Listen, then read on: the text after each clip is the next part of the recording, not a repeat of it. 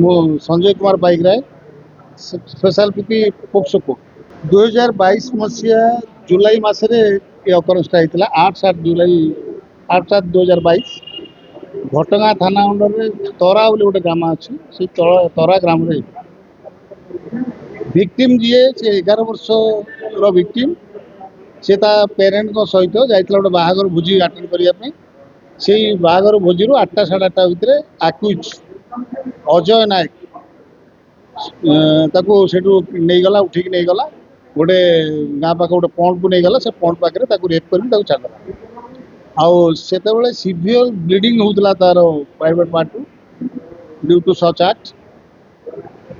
ସେଥିପାଇଁ ଏଫଆଇଆର୍ ହେଲା ଘଟଗାଁ ଥାନାରେ, ଆଉ କେସ୍ ରେଜିଷ୍ଟର ହେଲା।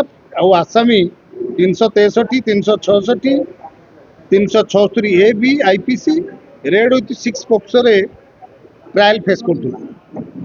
ଆଉ ସମସ୍ତ ସାକ୍ଷୀ ପ୍ରମାଣକୁ ଆଧାର କରି ମାନ୍ୟବର ଅଦାଲତ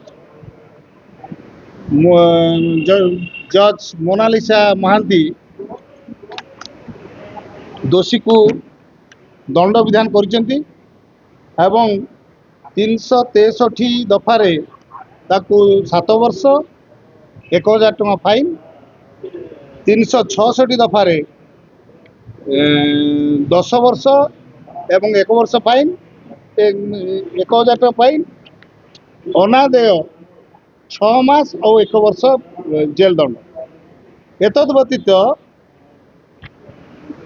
376A-B IPC ଏବଂ 6 ପୋକ୍ସୋ ଆକ୍ଟ, এই ଦୁଇଟା ଆକ୍ଟରେ ମଧ୍ୟ ତାକୁ ଦୋଷୀ ବୋଲି ପାଇଯାଇଛି।